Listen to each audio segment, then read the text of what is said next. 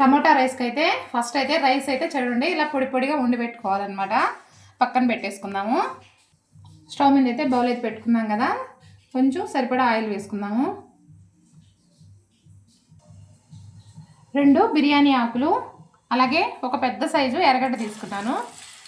ఎర్రగడ్డను కూడా ఇందులో వేసుకోవాలి. టమోటాలు అయితే నేను ఒక 6 టమోటాలు తీసుకొని ఇలా గ్రైండ్ చేసి పెట్టుకున్నాను అనమాట. అల్లం పేస్ట్ కూడా 1 స్పూన్ వేసుకోవాలి. మనకి టమాటా ప్యూరీ అయితే చక్కగా బాగా మగ్గుతుందన్నమాట. మనం ఇప్పుడు ఒక 5-6 పచ్చిమిరపకాయలు వేసుకున్నాము.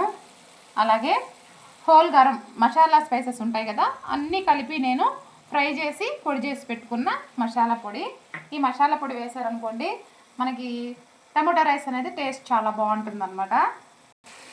మీ స్పైసీకి తగ్గట్టు కారం కూడా వేసుకోండి. అలాగే సన్నగా కట్ చేసుకున్న కొత్తిమీర, పుదీనా.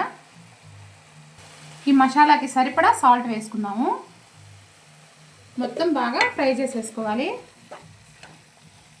మనకి ఆయిల్ అంతా పైకి రావాలన్నమాట. మనకి మొత్తం బాగా ఫ్రై అయిపోయింది. ఆయిల్ చూడండి కొంచెం పైకి వచ్చేస్తుంది అనమాట.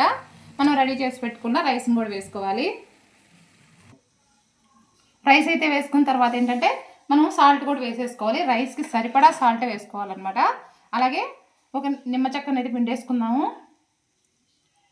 ఇలా నిమ్మబద్దను అయితే పిండేసుకుంటే మనకి టమాటో రైస్ అయితే చక్కగా రెడీ అయిపోయింది. చూడండి అసలు ఎమ్మీ ఎమ్మీ అలాగే స్పైసీగా ఉండే టమాటో రైస్ అయితే చక్కగా రెడీ అయిపోయింది. అంతేనమాట. ఇలాంటి మంచి వీడియోస్ కోసం అయితే నా ఛానల్ సబ్స్క్రైబ్ చేసుకోండి. అలాగే షేర్ కూడా చేయండి, కామెంట్ కూడా చేయండి.